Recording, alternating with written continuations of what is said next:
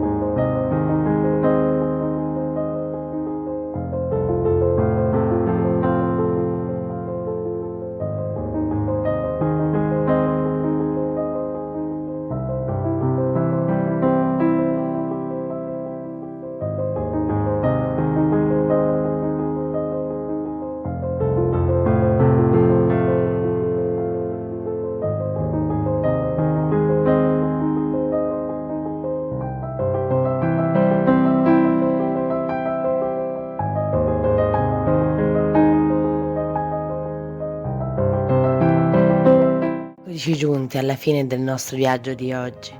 L'ultima cosa che voglio raccontarvi è com'è nata l'ispirazione per questo progetto creativo.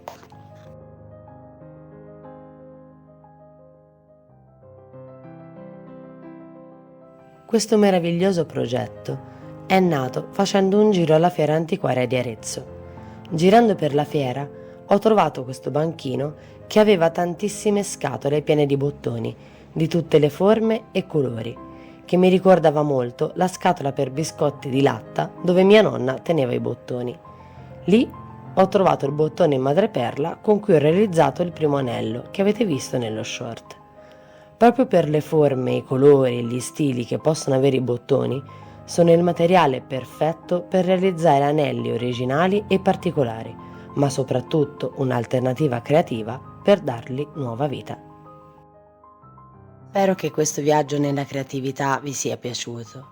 Vi aspetto nel prossimo video e se volete continuare a viaggiare insieme a me in questo fantastico mondo, non perdetevi gli altri video e iscrivetevi al canale se non lo avete ancora fatto.